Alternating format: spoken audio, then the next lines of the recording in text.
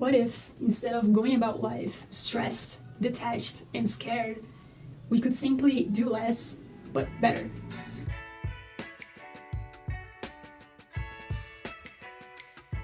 I've been overwhelmed by the urgency of life ever since I was a little kid.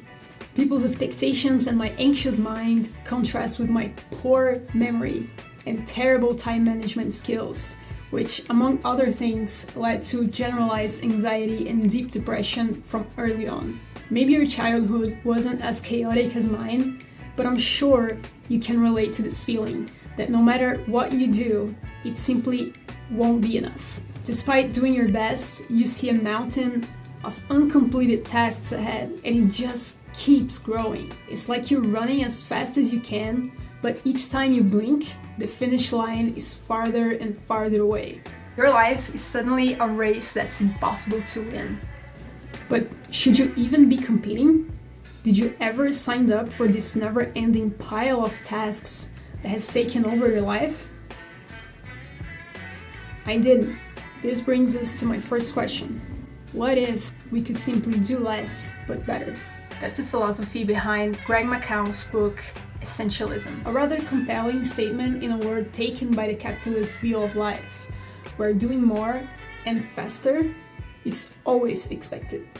The piece dives into the many aspects of our lives by bringing solid arguments on how the disciplined pursuit of less is a key to a happier and more meaningful life. But don't worry, just like any other great philosophies, the essentialist way is not about great acts. It all starts with you, in the way that you think and the decisions you make in a day like any other. Essentialism is the idea that brick by brick, or action by action, you can let go of the infinite cycle of production and consumption we've all been born into, and instead enjoy an existence of high achievements and minimize tension. Alright, this is nice and all, but how to actually do it? Here are the 5 pillars I learned from Essentialism. 1. If it's not a clear yes, then it's a clear no. Throughout the book, McKeown emphasizes that almost everything in life is not essential. Every day you wake up and take on responsibilities and lose time on things that you didn't even want to or need to, but maybe you felt socially or emotionally compelled to say yes.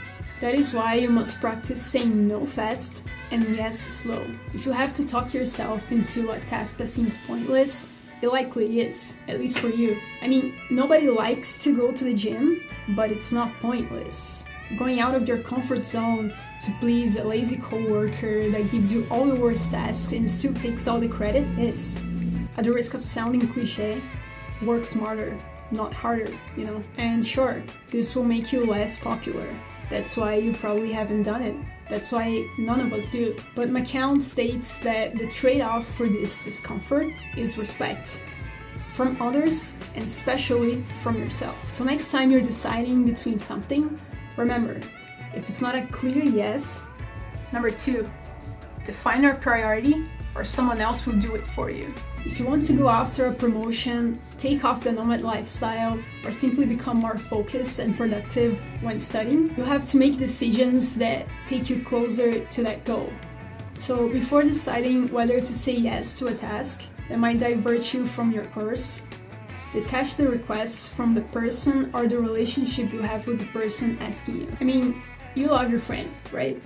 But maybe you really can't afford to trade this Saturday study session for a 2-hour drive to a stranger's party. Only by separating the requests from the requester can you objectively choose what's essential according to your values. Number 3, the 80-20 rule.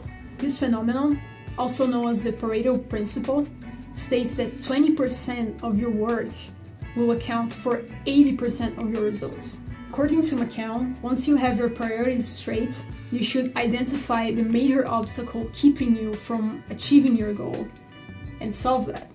The point here is that you should always do the hardest task first to increase your chances of succeeding.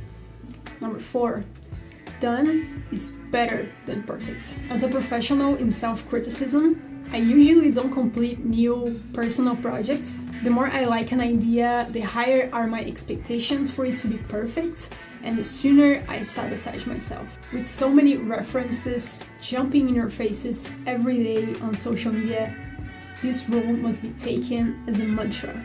Done is better than perfect. I mean, if you don't start, how are you going to develop, review, find room for improvement, and make it great?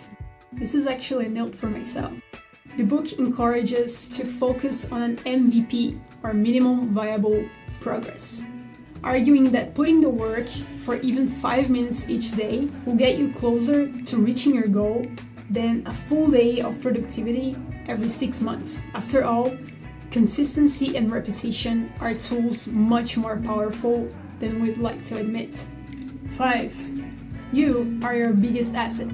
By now, you have probably already noticed it, but I'll say it anyway. To live an essentialist life, you must invest in your mind, your body, and your spirit. There is no long-term productivity and happiness on lack of sleep and a bad diet. There is no creativity without playfulness. No making better decisions without opening up to taking new knowledge. To sum this up, don't be afraid to say no. Answer the request and not the requester. Work smarter, not harder. Fuck perfect.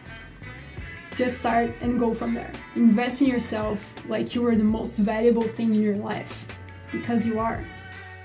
Living as an essentialist takes time. It takes hard work and focus, because in every second of your day, for the rest of your life, the world will be demanding more from you. More work, more attention, more money, more time. It is up to you to remember those pillars and implement them in each decision you make.